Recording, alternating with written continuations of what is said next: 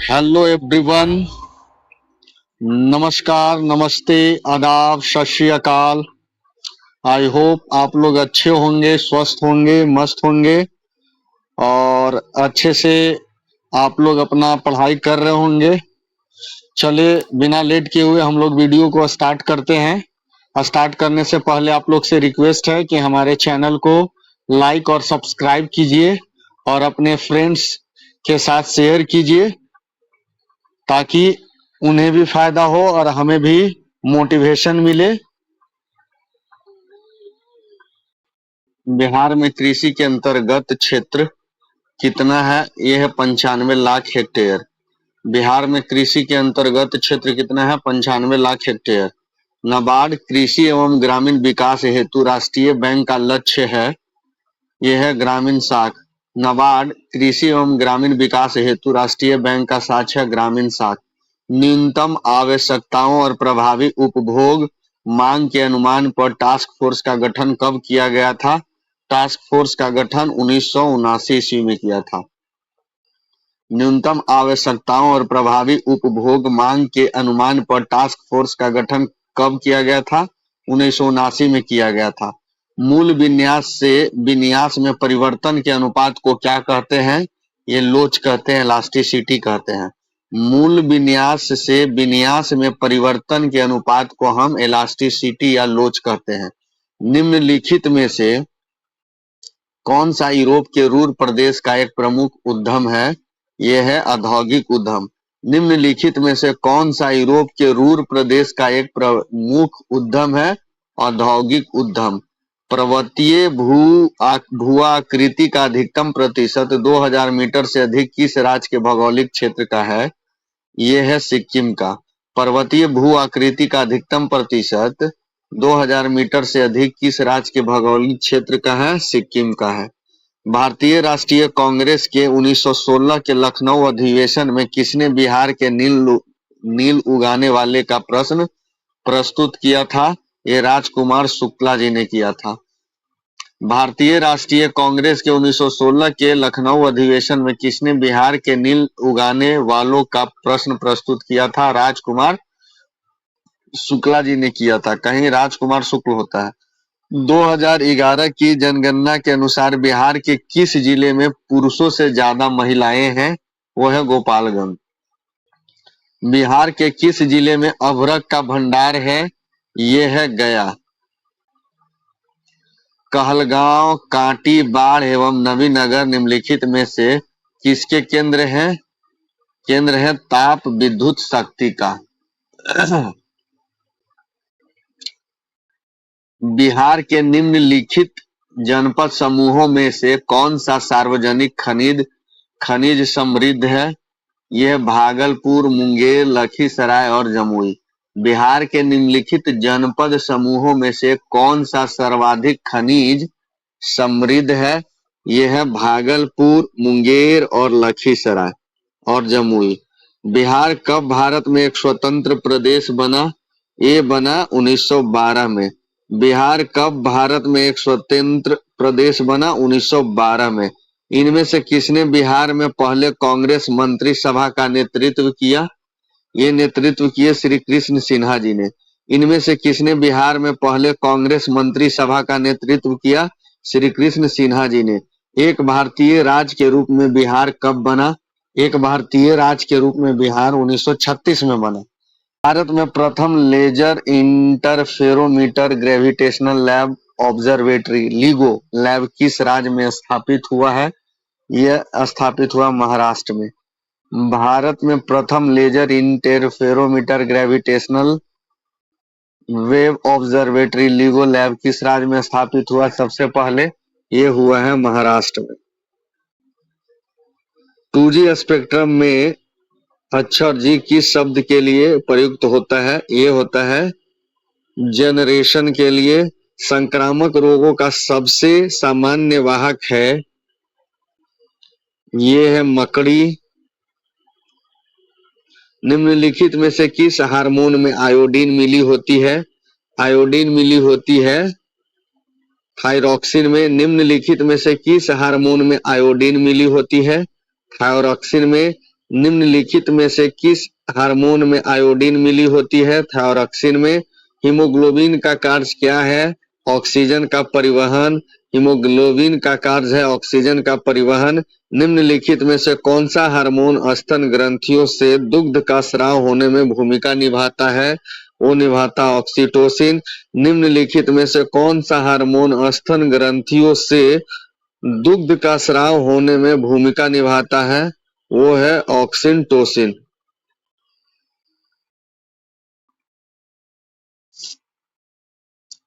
पक्षी अपने नाइट्रोजन युक्त बेकार पदार्थ को किस रूप में परिवर्तित करता है? वो परिवर्तित करता है यूरिक अम्ल। पक्षी अपने नाइट्रोजन युक्त बेकार पदार्थ को किस रूप में उत्सर्जित करते हैं? यूरिक अम्ल के रूप में। निम्नलिखित में से किसका प्रयोग मच्छरों के जैविक नियंत्रण के लिए किया जाता है? ये किया जाता है गैम्बूसिया का। निम्नलिखित में से किसका प्रयोग मच्छरों के जैविक नियंत्रण के लिए किया जाता है? गैम्बूसिया का। वृक्ष की जड़ों को मृदा से पानी कैसे मिलता है?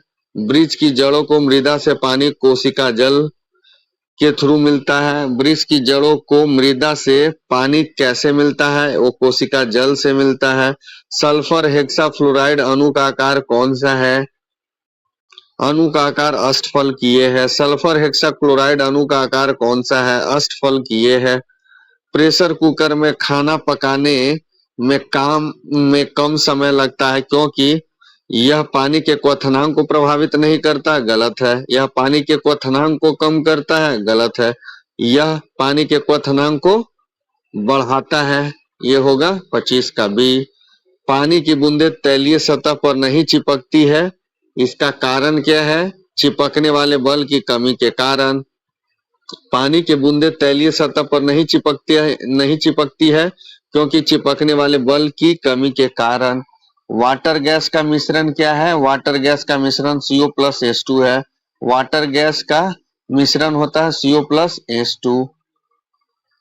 निम्न में से कौन सा एक अलौह धात्विक खनिज है? मैग्नीज, निकल, कोबाल्ट, टिन, ये सारे तो लौह धात्विक खनिज है, इसलिए आंसर होगा उपयुक्त में से कोई नहीं, क्योंकि मैग्नीज, निकल, कोबाल्ट, टिन जो है वो लौह लौह धात्विक खनिज है। और ब्रोमीन होता है एक रंगहीन गैस, भूरी ठोस गैस, अत्यंत ज्वलनशील गैस, लाल द्रव। ये होता है लाल द्रव, ये लाल रंग का होता है इसलिए लाल द्रव कहते हैं। कपड़े साफ करने में प्रयोग होने वाले डिटर्जेंट कौन से होते हैं? वो प्रयोग होते हैं सल्फोनेट। कपड़े साफ करने में प्रयोग होने वाले डिटर्जेंट कौन होते हैं? सल्फोनेट। एक व्यक्ति पृथ्वी पर अधिक भार किस स्थिति में धकेल सकता है? ये धकेल सकता है खड़े होने की स्थिति में। एक व्यक्ति पृथ्वी पर अधिक भार किस स्थिति में धकेल सकता है? खड़े होने की स्थिति में।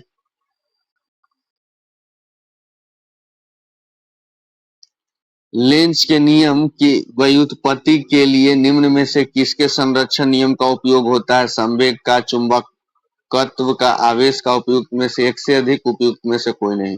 इसमें से होगा ई ऑप्शन, क्योंकि लेंज का नियम होता है वो ऊर्जा के संरक्षण के नियम पे आधारित होता है, तो इसीलिए इसमें से ऑप्शन है नहीं, इसलिए आंसर होगा ई।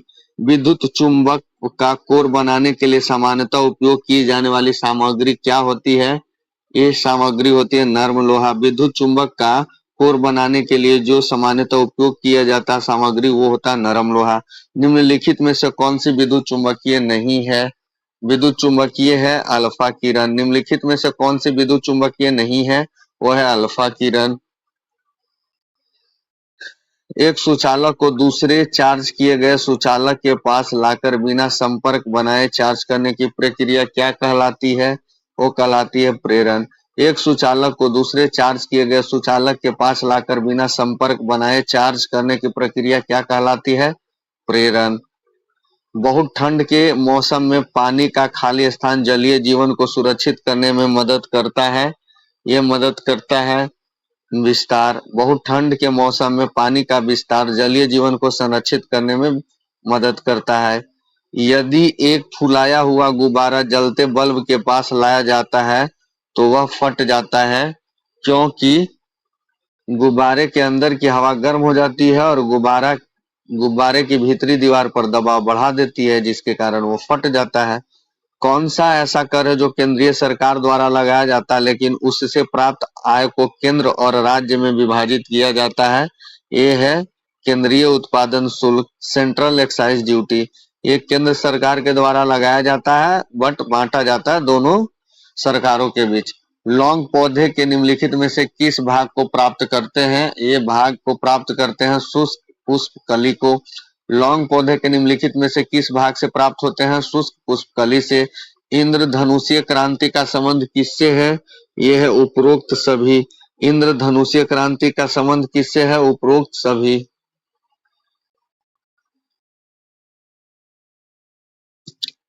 नंदीग्राम क्षेत्र में सेज नीति के अंतर्गत किस समूह को अनुमति दी गई है? ये अनुमति दी गई है सलीम समूह को। नंदीग्राम क्षेत्र में सेज नीति के अंतर्गत किस समूह को अनुमति दी गई है? सलीम समूह को। निम्न में से कौन सा एक संघीय बजट 2017-18 के अभीष्ट उद्देश्यों में सम्मिलित नहीं था? ये था भारत को शिक्षित करना, बाकी था भारत को रूपांतरित करना, स्वच्छ करना और ऊर्जावान बनाना। निम्नलिखित में से कौन सा एक संघीय बजट 2017-18 के अभीष्ट उद्देश्यों में सम्मिलित नहीं था? यह है भारत को शिक्षित करना। किस वर्ष में भारतीय रुपये का महीने में 2 बार अवमूल्यन हो गया है? ये हो गया है 1991 में। किस वर्ष में भारतीय रुपये का महीने में 2 बार अवमूल्यन हुआ था? 1991 में। लेखानुदान बना है बजट पारित लंबित होने के कारण निधि आवंटन हेतु। लेखानुदान बना है बजट पारित लंबित होने के कारण निधि आवंटन हेतु। नागरिकता संशोधन कानून कब पारित हुआ है? नागरिकता संशोधन कानून पारित हुआ है उपयुक्त में से कोई नहीं और एक से अधिक, क्योंकि ये 11 अक्टूबर को हुआ नहीं है और 11 दिसंबर को भी नहीं हुआ है। बाकी जो है जो ईयर है 2019 वो सही है, बाकी ये जो डेट है वो गलत है, इसलिए ऑप्शन हो जाएगा ई। 73वें संविधान संशोधन कानून की वैधानिक शुरुआत किस संविधान संशोधन बिल से हुआ है? ये हुआ है 64वां संविधान संशोधन बिल। 73वें संविधान संशोधन कानून की वैधानिक शुरुआत किस संशोधन बिल से हुई है? 64वें संविधान संशोधन बिल से। 124वां संवैधानिक संशोधन का संबंध किससे है? यह है आरक्षण से। 124वां संवैधानिक संशोधन का संबंध किससे है? आरक्षण से। राज्य सरकारों का संवैधानिक प्रमुख कौन होता है? ये होता है राज्यपाल। राज्य सरकारों का संवैधानिक प्रमुख कौन होता है? राज्यपाल। जम्मू कश्मीर के राज्यपाल की नियुक्ति कौन करता है? ये करता है भारत का राष्ट्रपति। जम्मू एवं कश्मीर के राज्यपाल की नियुक्ति कौन करता है? भारत के राष्ट्रपति। कानूनी विषय पर राज्य सरकार को कौन परामर्श देता है? ये परामर्श देता है एडवोकेट जनरल। कानूनी विषयों पर राज्य सरकार को कौन परामर्श देता है? Advocate general. भारतीय संविधान का निम्नलिखित में से कौन सा अनुच्छेद भारत के राष्ट्रपति का महाभियोग प्रक्रिया से संबंधित है? यह है 61। किस विधेयक पर भारत के राष्ट्रपति अपने निषेधाधिकार का प्रयोग कर सकते हैं? ये कर सकते हैं गैर धन विधेयक पे। संसद के संयुक्त सत्र की अध्यक्षता कौन करता है? ये करता है लोकसभा का अध्यक्ष। विधिक सूत्र संबंधित है दोहरा खतरा से। विधिक सूत्र किससे संबंधित है? दोहरा खतरा से। निम्नलिखित में से कौन सा सही नहीं है? निम्नलिखित में से विदेश जाने का अधिकार मौलिक अधिकार नहीं है। बाकी अनुच्छेद 21 है, गोपनीयता का अधिकार भी है, जीवन के अधिकार में स्वास्थ्य का अधिकार भी है, लेकिन विदेश जाने का अधिकार मौलिक अधिकार नहीं है। इसमें से निम्नलिखित में से कौन सा सही नहीं है? तो ऑप्शन सी सही नहीं है। अनुच्छेद 51(1) का क्लॉज के कब जोड़ा गया?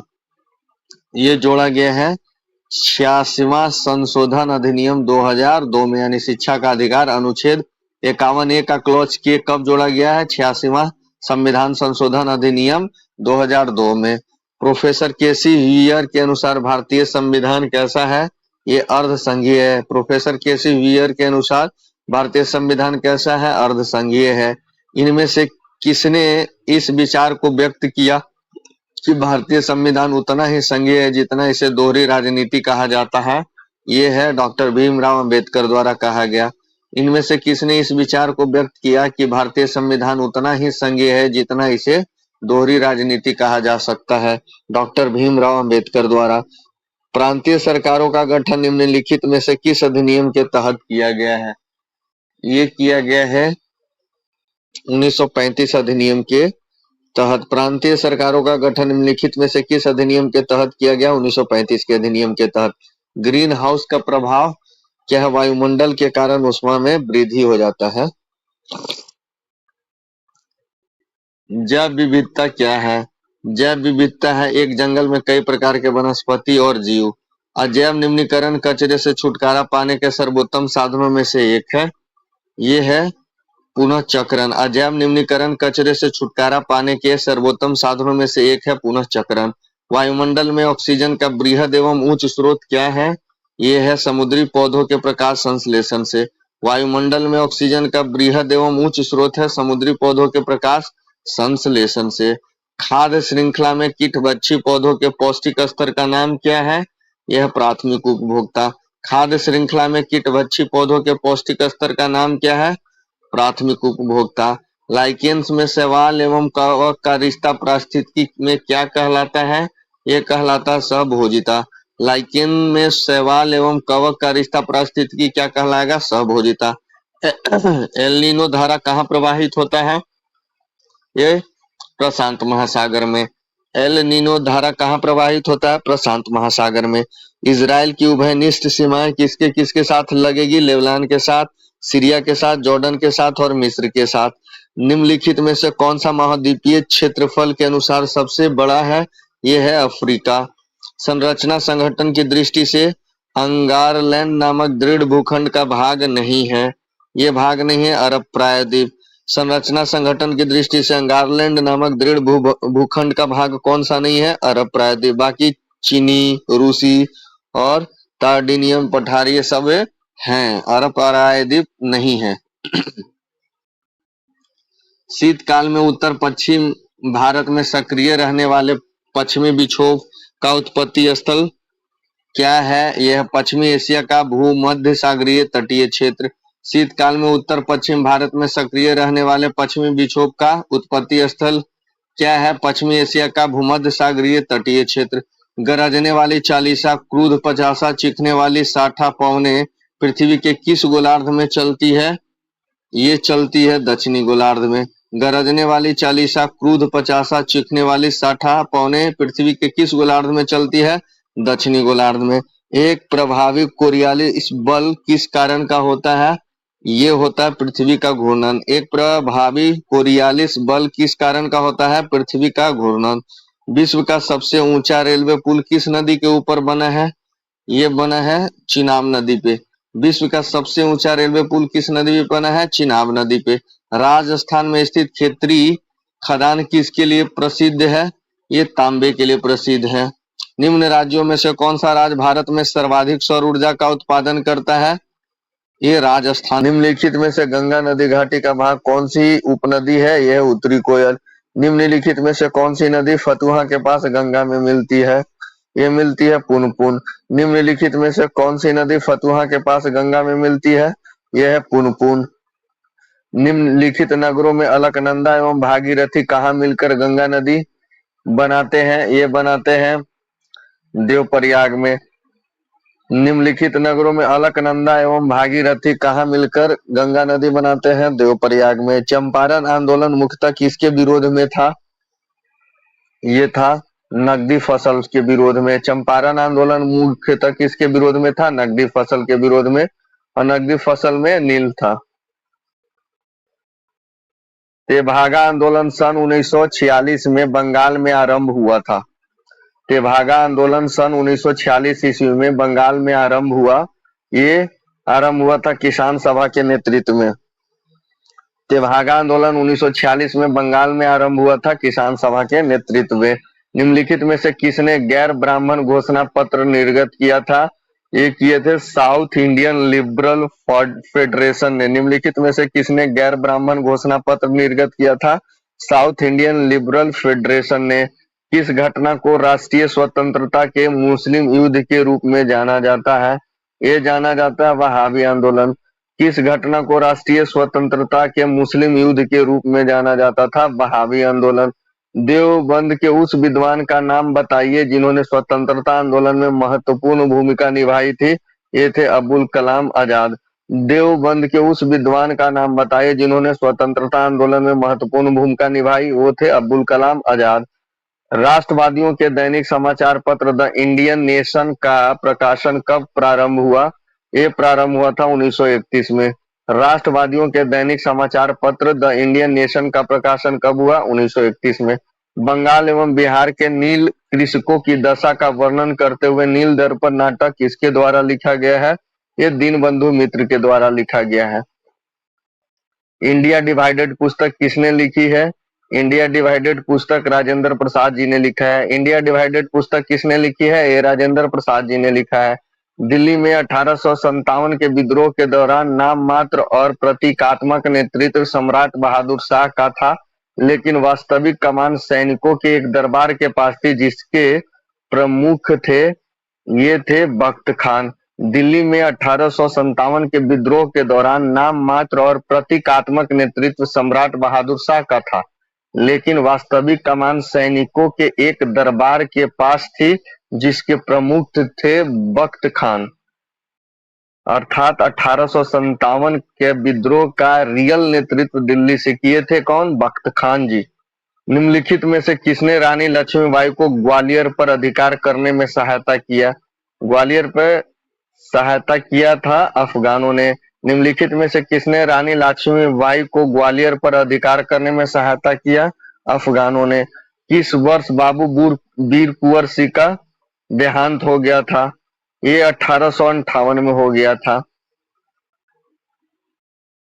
किस वर्ष बाबू वीर कुंवर सिंह जी का देहांत हुआ था? 1858 में। मुगल चित्रकला किसके नेतृत्व में अपने शीर्ष बिंदु पर थी?